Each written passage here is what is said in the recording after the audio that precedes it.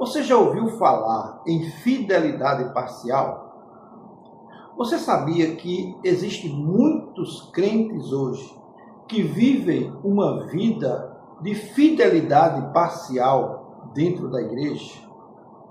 Então, fique comigo no podcast de hoje, que esse é o tema que nós vamos trabalhar nesse podcast. O tema é fidelidade parcial. Eu sou o pastor Israel, pastor presbiteriano, e esse é mais um Manar Podcast.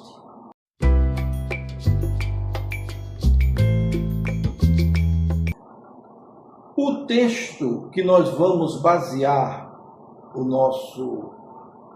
a nossa meditação de hoje será em 2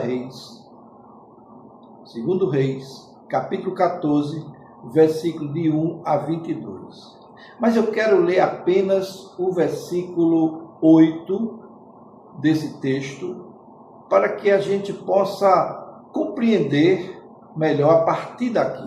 Então, o texto diz o seguinte: Então Amazias enviou mensageiro a Jeoás, filho de Jeoacás, filho de Jeú, rei de Israel, dizendo: Vem, meçamos armas.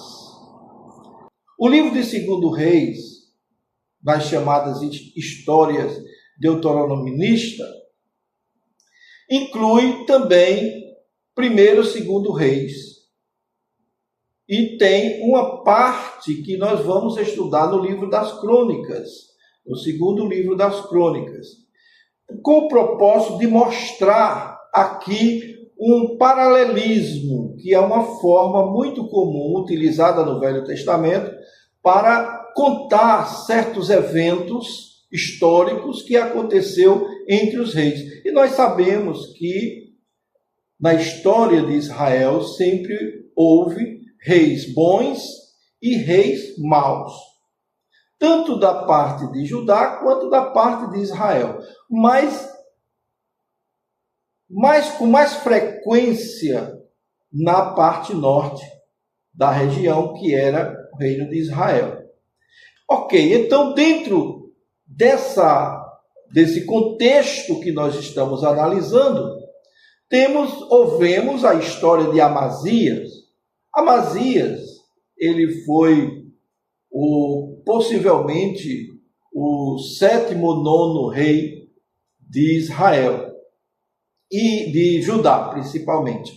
E começa bem. Ele começa com uma fidelidade a Deus. O texto diz que ele fez o que era reto perante o Senhor, mas não como Davi, seu pai. E ele agiu conforme fizera Joás, o seu pai. Davi não foi perfeito, mas ele foi inteiro. Ele foi fiel à sua crença de forma inteira. Ele caiu, mas se arrependeu. Ele errou, mas ele voltou atrás. Ele tinha um coração quebrantado diante de Deus. Amazias fez o que era reto inicialmente, mas o seu coração não era totalmente de Deus. Ele não teve a sensibilidade espiritual de reconhecer os seus erros. No versículo 4 desse texto, diz assim: Tão somente os altos não se retiraram. O que quer dizer isso? Esse tão somente do texto revela a raiz do problema. Ele obedecia, mas ele mantinha concessões com as coisas erradas. Ele governava, mas não reformava completamente o seu reinado. Ele era correto, mas ele não era radical. O fato de Amazias fazer certas coisas corretas, aquilo que estava no seu coração falava muito mais alto. Porque ele era uma pessoa além de egoísta, ambiciosa, né? Amava mais a riqueza e o dinheiro, os valores físicos, materiais, do que a obediência completa a Deus. E essa fidelidade parcial, embora pareça fidelidade, ainda é infidelidade. E o texto, quando nós analisamos esse texto com mais brevidade, com mais profundidade, nós vemos que muitas vezes agimos como Amazias também, nas nossas atitudes. Né? Nós muitas vezes temos pecados que são tolerados, tradições antibíblicas que nós mantemos como se fossem coisas pormenorizadas, pecados culturais aceitos pela igreja. Amazias também agiu corretamente diante de Deus na condição do governo. Quando ele começou a reinar, ele reinou com 25 anos, ele começou a reinar com 25 anos. E quando ele começou a reinar, ele tomou os assassinos de seu pai em julgamento. Só que quando ele analisou, ele fez diferente do seu avô Jeú, que quando entrava no local, ele matava o avô de Jeoás, né, da tribo de Israel. E quando ele entrava no local, numa determinada cidade, ele matava crianças, velhos, jovens, adultos, tanto faz, ele matava todos. Aqui não, Amazias, ele faz diferente. Ele julga os assassinos do seu pai, destrói os assassinos de seu pai, mas poupa a descendência desses assassinos, os filhos desses assassinos. Porque ele tinha em mente os ensinos do Senhor lá em Deuteronômio, que falava que, Deuteronômio 24, 16, que a justiça bíblica, para cada um, a responsabilidade individual. E ele conhecia a lei. Mas conhecer a lei não é o mesmo de viver integralmente a lei, ou essa lei, ou sob a lei. No versículo 7, nós vemos Amazias enfrentando os edonitas. Muito bem, vamos aprofundar um pouco aqui nesse assunto. Os edomitas, nós já conhecemos, que são os descendentes de Edom, que são os descendentes de Esaú, né, irmão de Jacó, e significa vermelhos. Quando Amazias toma conhecimento de que Edom não está sendo vigiada por Israel, porque Israel já está se desvirtuando da sua condição, ele descobre que existe uma cidade ali que está no foco da passagem comercial e daria muito lucro para Judá. E ele ambiciona tomar Edom, né, conquistar Edom e tomar essa cidade como se fosse sua, né? A cidade de Selá, porque era uma cidade que era rica, né? Então Amazias, o que é que ele faz? Ele, ao invés de consultar Deus, ele faz um censo. Deixa eu lhe dizer uma coisa importante.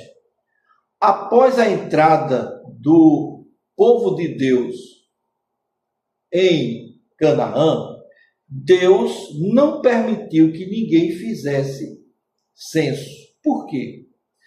Muitas vezes, aqueles reis que queriam fazer o censo, eles queriam saber a profundidade do seu poder bélico.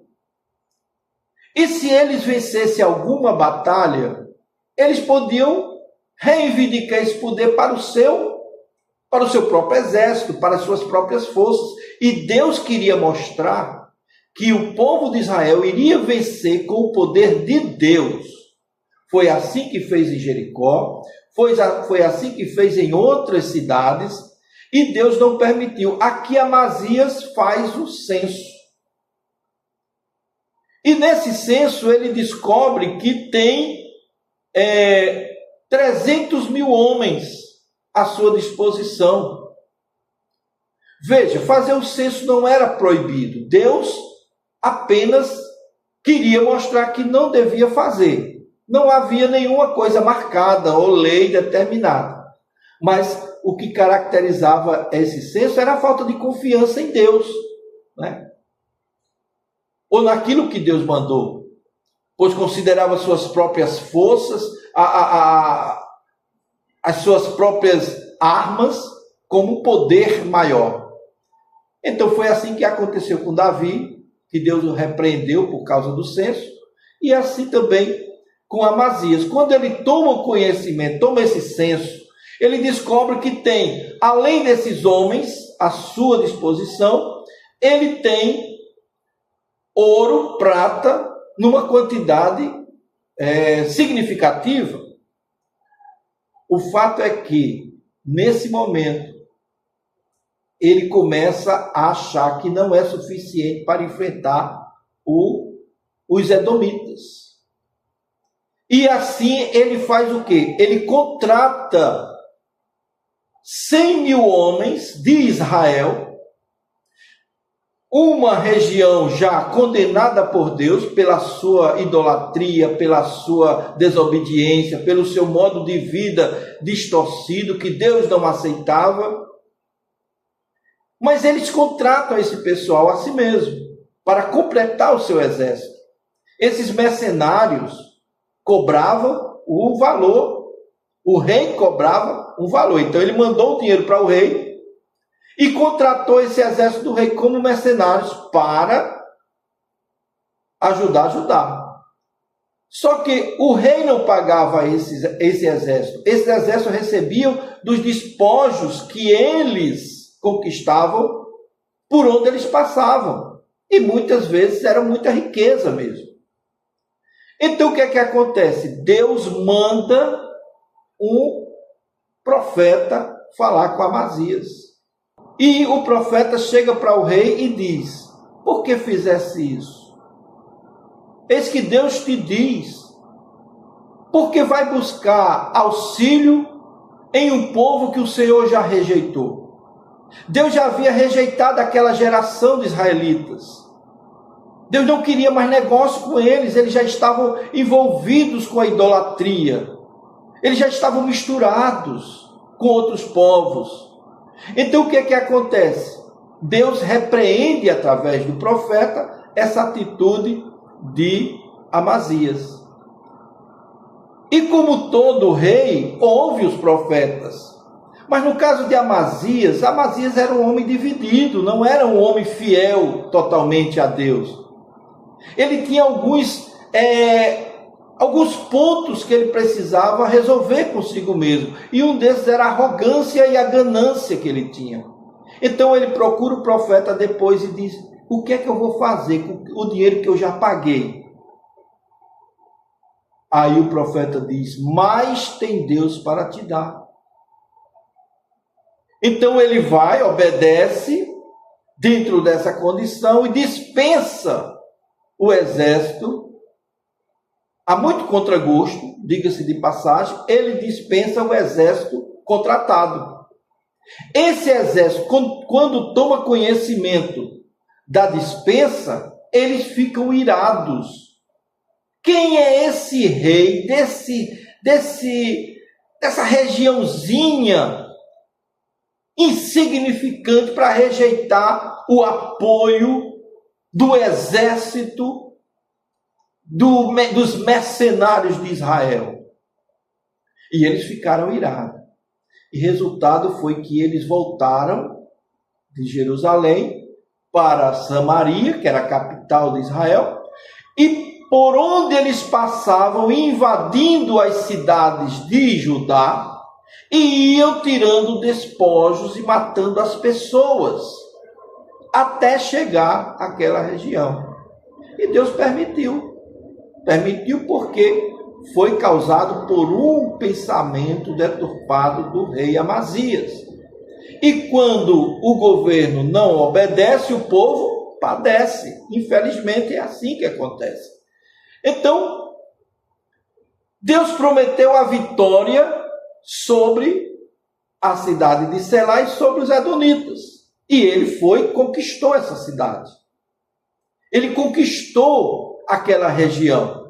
Porque a ideia central de Amazias era fazer com que Israel e Judá voltassem a ser uma terra só, como o seu pai Davi fazia, ou fez. E nessa condição, as tribos que estavam com Israel eram muito maiores, muito mais fortes, muito mais,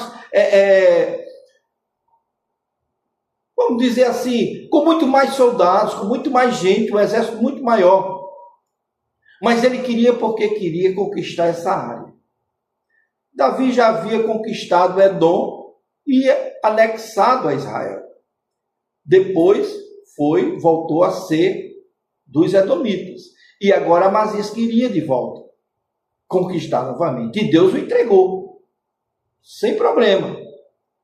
Mas as consequências dos atos de Amazias ficou para o povo. Então, Deus dá a vitória a Amazias, e Amazias conquista Edom e conquista a cidade de Selá, que era uma cidade estratégica para os negócios e o comércio da região. Então, o que é que ele faz? Ele se acha poderoso. Amazias se acha o suprassumo dos reis. E quando ele volta da briga, da guerra com os edomitas, ele não volta sozinho, ele traz um grupo, mata esse grupo, pega os seus deuses e traz também para Judá, para Jerusalém, e começa a oferecer sacrifícios a esses deuses pagãos. Manda o texto de volta, e para nós compreendermos, precisamos voltar ao texto de Crônicas, segundo Crônicas, capítulo 25, versículo de 5 em diante. Você vai ver esse texto muito bem esclarecido ali. E ele conquista tudo, e ao invés dele chegar em Jerusalém e comemorar a sua vitória, agradecer a Deus, fazer um culto público, né? Uma adoração nacional lá em Judá, em Jerusalém, ao invés dele fazer isso, o que ele faz? Ele se infla de orgulho, de soberba, e mostra ao povo daquela região que ele é o grandão. Aí veja a empáfia de Amazias. Amazias manda uma carta para o rei Jeoás de Israel, e lá ele diz na carta, aí você está preparado para ver o texto que nós analisamos aqui. Então Amazias enviou mensageiro a Jeoás, versículo 8 do capítulo 14. Filho de Jeocás, filho de Jeú, filho de Israel, rei de Israel, dizendo, vem, meçamos armas. Vamos ver quem é o maior? Vem lutar comigo. Vamos ver quem é que pode mais aqui. Quem é o exército poderoso, se é Israel ou é Judá? Veja, essa atitude de Amazias lhe custou caro. Mas Jeoás, ao receber o mensageiro, ele contou uma historinha interessante. Vocês sabem o que é um cardo? O cardo é uma planta com folhas assim meio espinhosa. É uma planta insignificante. Né? É um arbustozinho pequeno. E você sabe o que é um carvalho? Carvalho é uma árvore grande, frondosa, forte.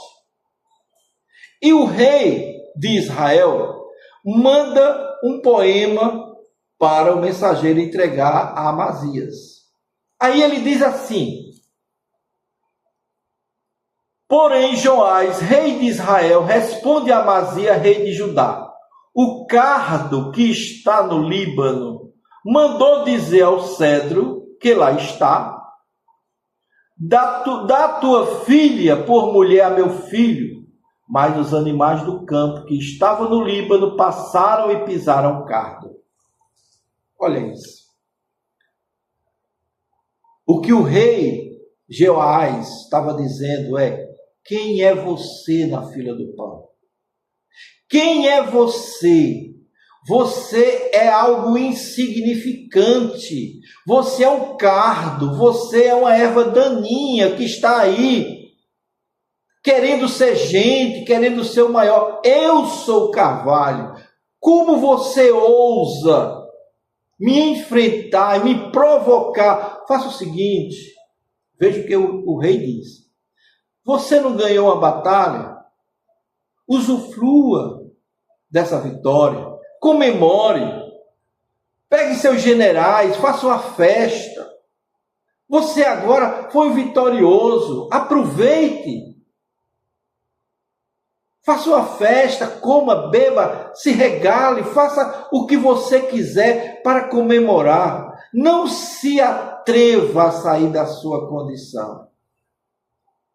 É interessante que esse ponto, o povo de Israel, ele foi bem sarcástico nesse sentido, principalmente o rei. E aquele rei Amazias recebe essa informação. E para acabar de acertar, quando ele volta da guerra, trazendo os deuses dos edomitas, Deus manda o profeta dele lá avisá-lo. Por que fizesse isso? Porque fostes atrás de um rei que nem livrou o povo dele, de um Deus que nem livrou o povo dele, e você traz para cá, blasfemando contra Deus. O erro de seu pai foi justamente esse, e você faz do mesmo jeito. É como se ele dissesse assim: você não queria ser igual a Davi, então por que não ter um coração segundo o coração de Deus, como Davi tinha? É como se ele dissesse: por que você blasfema contra Deus? Porque você não confia em Deus. Deus não lhe entregou essa cidade, não lhe entregou essa região. Por que agora você se eleva acima das suas condições? Sabe o que o rei disse? Olhou para o profeta e disse: quem te fez conselheiro do rei? Cale-se, saia daqui. Por que você iria morrer por causa dessas palavras? Então saia daqui, antes que eu lhe mate. Em outras palavras, ele disse isso. Você acha que o profeta de Deus vai aceitar a ordem de reis? O profeta saiu, olhou para trás e disse: Deus já te condenou. Deus vai te fazer cair. Porque o mesmo Deus que tem força para levantar, ele tem para derrubar. E saiu.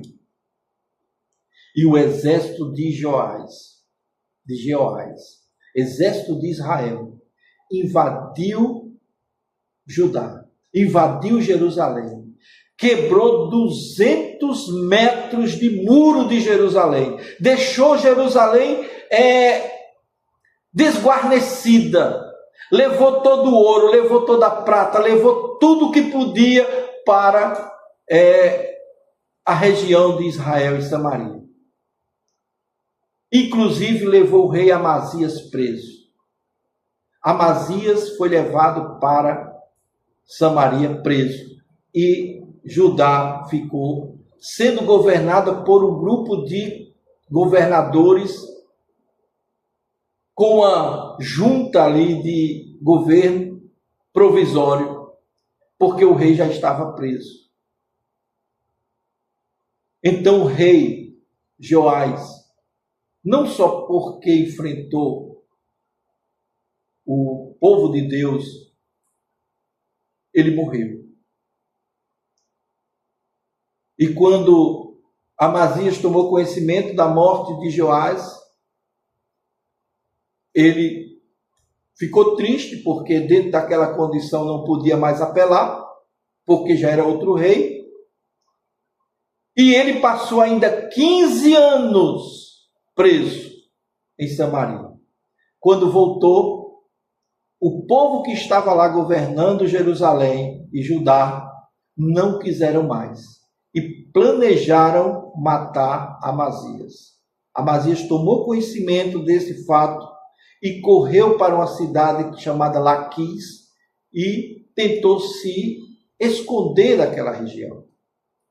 E o que aconteceu com ele é que encontraram ele, mataram ele, colocaram ele sobre o cavalo, o corpo dele sobre o cavalo, levaram para Jerusalém e enterraram junto ao túmulo de Davi, seu pai. Essa é a história daqueles que não seguem a Deus completamente.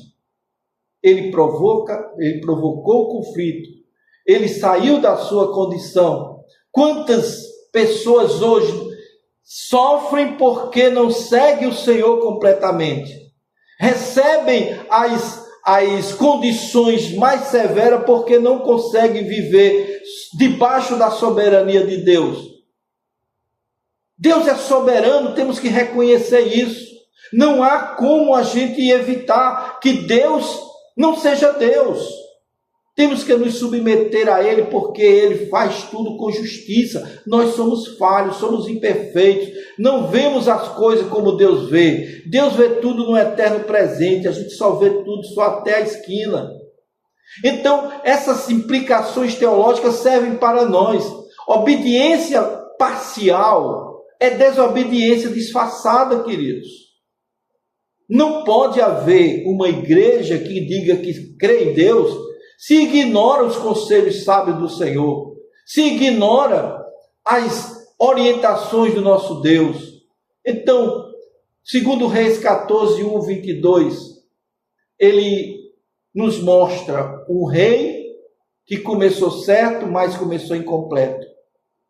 Uma vitória que revelou soberba, uma derrota que expôs fragilidade, um fim trágico sob conspiração, e o Deus soberano preservando a sua promessa.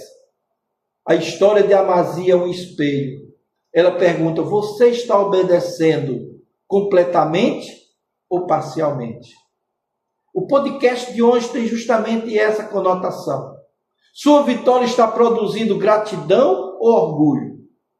Você está vendo as coisas boas que estão acontecendo com você como dádiva de Deus ou como seus próprios esforços? Pense nisso. Que sejamos fiéis ao Senhor. Que as nossas vitórias sejam dadas somente a Ele. Toda honra e toda glória seja dada ao nosso Deus. Em tudo e por tudo. Tudo que vem de Deus é bom. Até mesmo as coisas que achamos que não são tão boas para nós.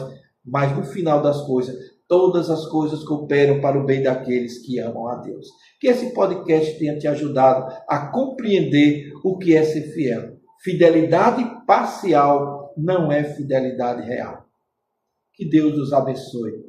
E nós nos vemos no nosso próximo podcast.